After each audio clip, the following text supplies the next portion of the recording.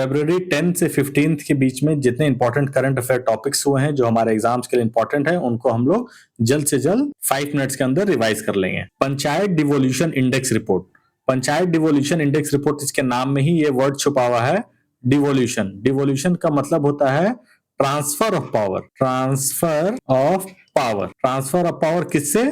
Centre के पास जो power है या यूनियन के पास जो पावर है उसको हम लोग ट्रांसफर कर रहे हैं लोकल लेवल, इसी को कहते हैं डिवोल्यूशन। इसमें क्या है, जो हमारे लोकल पंचायत हैं उनको इंपावर किया जा रहा है, उसको हम लोग इस रिपोर्ट को रिलीज करके टेस्ट करते हैं कि क्या जो हम लोग इंपावर किए हैं लोकल लेवल पे वो कितना इफेक्टिव है, कितना बेहतरीन काम कर रहा है, कितना एफिशिएंट है, क्या क्या किस लिए जो बनाया गया था क्या वो उसको पूरी तरह से उस कसौटी पे उतर रहा है कि नहीं उतर रहा है। तो इसीलिए ये रिपोर्ट रिलीज किया जाता है किसको द्वारा? पंचायत राज मिनिस्ट्री द्वारा रिलीज किया जाता है और ये 6 पैरामीटर्स पे डिपेंड करता है। पहले 3 स्टेट इसमें सबसे बेस्ट परफॉर्मेंस में कौन आया है?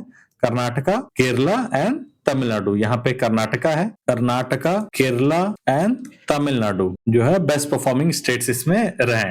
ये 6 पैरामीटर्स किन किन चीजों पे देखिए काम कर रहा है, किस किस चीज को टेस्ट करता है?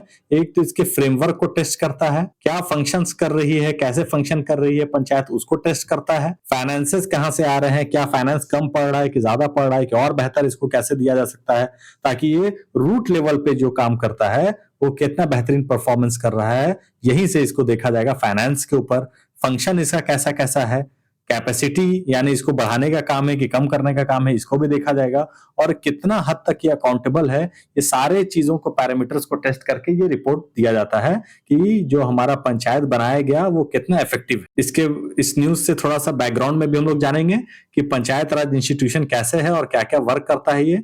तो सबसे पहले देख लेंगे कि पंचायत राज इंस्टीट्यूशन जो है 73rd कॉन्स्टिट्यूशनल अमेंडमेंट एक्ट 1992 के तहत इसको बनाया गया था। ये यहाँ पे 1992 के तहत इसको बनाया गया था।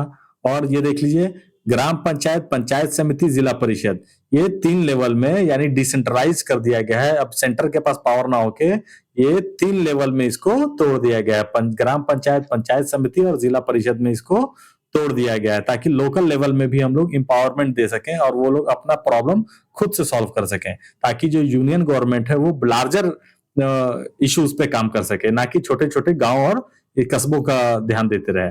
दूसरा बात इंपॉर्टेंट रहता है एग्जाम के बारे में कि किस आर्टिकल में पंचायत राज इंस्टीट्यूशन का बात किया गया। तो आर्टिकल 40 जो है, जो DPSP directive principle of state policy है, वो पंचायत राज इंस्टीट्यूशन सेटअप करने के लिए कहता है। चौथा पॉइंट जो सबसे इंपॉर्टेंट है इसमें, 11th शेड्यूल में पंचायत राज इंस्टीट्यूशन को स्पेसिफाई किया गया, उसके पावर्स के बारे में, अथॉरिटी के बारे में, रिस्पॉन्सिबिलिटीज के बारे में पंचायत को 11th शेड्यूल में जगह दी गई है। इसको रिकॉग्नाइज किया सबसे पहला बार राजस्थान में 1959 में, और उसी के 3 महीने बाद आंध्र प्रदेश में 1959 में ही इसको रिकॉग्नाइज किया गया। तो पहला राजस्थान हो गया और दूसरा आंध्र प्रदेश में पंचायत राज इंस्टीट्यूशन को सेटअप कर दिया गया। मणिपुर प्रेसिडेंट्स रूल, ये 11th टाइम जो है वो प्रेसिडेंट रूल लग रहा है वहां पे मणिपुर में। और ये किस लिए लगा है? Because of the ethnic violence. वहां के जो एथनिक लोग हैं, वहां के यानी जो एब ओरिजिनल्स हैं, यानी वहां जो लोग कदीम जमाने से बसे हुए हैं, वो ethnic violence between Meiteis and Kukis community जो हैं, ये 2 कम्युनिटीज जो हैं वो आपस में बहुत ज्यादा लड़ रहे हैं और उनके बीच में बहुत ज्यादा तनाव बढ़ा हुआ है। इस वजह से यहाँ पे एन बीरेन सिंह जो हैं, जो यहाँ के चीफ मिनिस्टर हैं, ये इन्होंने रिजाइन कर दिया गया है और सिचुएशन जो है वो आउट ऑफ कंट्रोल चली गई है। तो यहाँ देख लीजिए, ये कौन सा है? ये असम है, ये मेघालय है जहाँ चेरापूंजी हाईएस्ट पॉइंट है, ये यहाँ पे त्रिपुरा है, ये है मिजोरम है और यहाँ पे मणिपुर है। तो ये यहाँ पे जो मणिपुर रेड मार्क है, यहाँ पे अभी कंडीशन जो है वो काफी ज्यादा तनावपूर्ण है, क्योंकि एथनिक वायलेंस बिटवीन मीठीज जो वहाँ की एक लोकल कम्युनिटी है और कुकीजू कम्युनिटी के बीच में काफी ज्यादा ब्लडशेड हो रहा है। इस वजह से वहां पे प्रेसिडेंट रूल लगा दिया गया है। इसके बैकग्राउंड के बारे में हम लोग थोड़ा जान लेंगे कि प्रेसिडेंट रूल क्या होता है। तो प्रेसिडेंट रूल क्या है? पहले बात तो इसको जानना है कि बी.आर. अम्बेडकर ने आर्टिकल 6 को प्रेसिडेंट रूल कहा जाता है, उसको डेड लेटर कहा है। ये एक इंपॉर्टेंट सवाल है, लेकिन उसके बैकग्राउंड में क्या क्या सवाल जो छुपा रहता है उसको भी हम लोग जल्दी से जल्दी देखते हैं। यानी प्रेसिडेंट्स रूल को हम लोग डेड लेटर कहते हैं इंडियन कॉन्स्टिट्यूशन में। इसको डेड लेटर का मतलब कम से कम इस्तेमाल होने वाला। दूसरा, ये आर्टिकल 356 के तहत लगाया जाता है। मैक्सिमम टेन्योर कितना हो सकता है प्रेसिडेंट रूल का? 3 साल। ये एग्जाम में बहुत बार पूछा जा चुका है, इसको ध्यान में रखना है कि 3 साल तक इसको लगाया जा सकता है एक बार में। Proclamation must be laid before the parliament and will be expire in 2 months.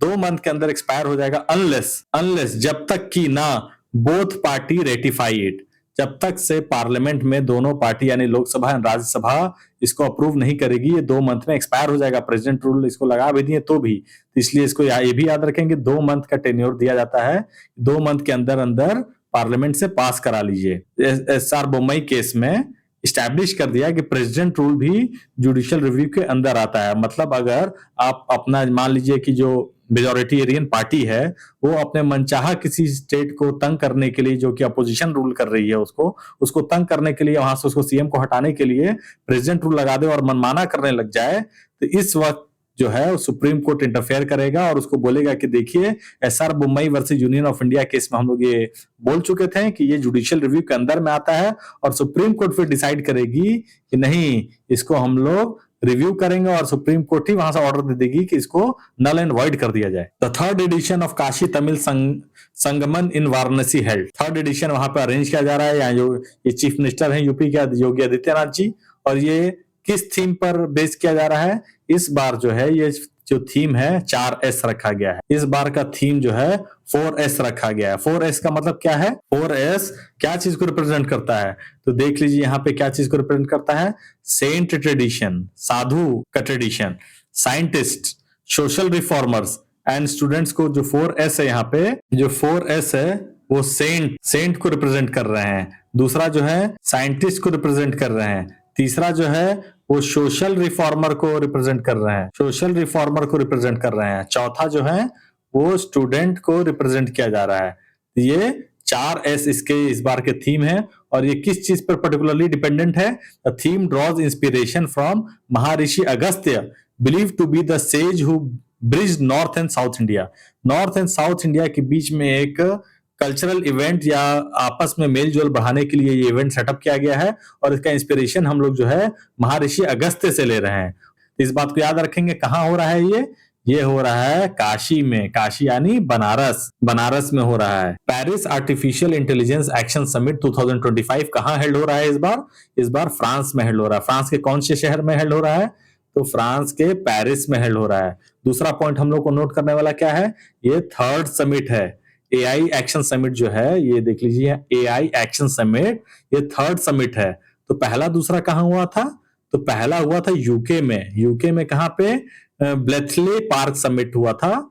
तो पहला यूके में हुआ। और सेकंड वाला क्या हुआ था? सियोल समिट, जो कि साउथ कोरिया का कैपिटल है, तो वहां पे हुआ। तो पहला जो हुआ यूके में, दूसरा हुआ सियोल में साउथ कोरिया में, और 3rd हुआ है पेरिस में। इस बात को ध्यान रखेंगे। और पूछेगा AI एक्शन समिट कब हुआ?